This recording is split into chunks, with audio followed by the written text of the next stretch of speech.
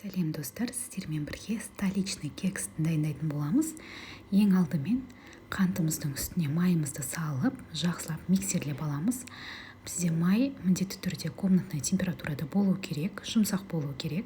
Жақсылап 5-7 минут миксерлегеннен кейін үстіне жұмыртқаларымызды қосамыз. Егер де жұмыртқамыз С1 болатын болса, 3 штук, ал С0-ден 2,5 штук, яғни бір жұмыртқаның жартысын қосасыздар. Жақсылап миксерлейміз. Дайын болған массамыздың үстіне разрыхлитель, ванилин және де щепотка, тұз, кішкене бір шымшым тұзымызды қосып, жақсылап араластырамыз.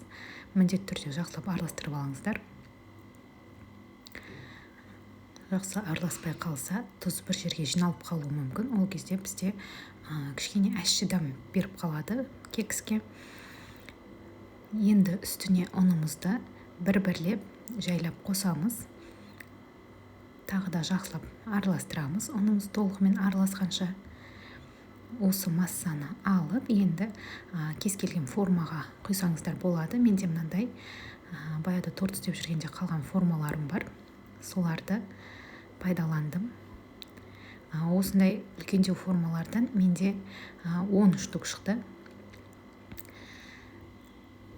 Формаларымызға жақсылап жайғастырамыз да 170 градуста жарты сағаттай пісіреміз. Міндетті түрде тексеріп тұрыңыздар. Мен жарты сағаттан асып кетті менікі, сондықтан кішкене күйіңкіреп қалды, бірақ күйгенмен де дәміне ешқандай зияны келгені жоқ, өте дәмді болып шықты. Міндетті түрде дайындап көріңіздер.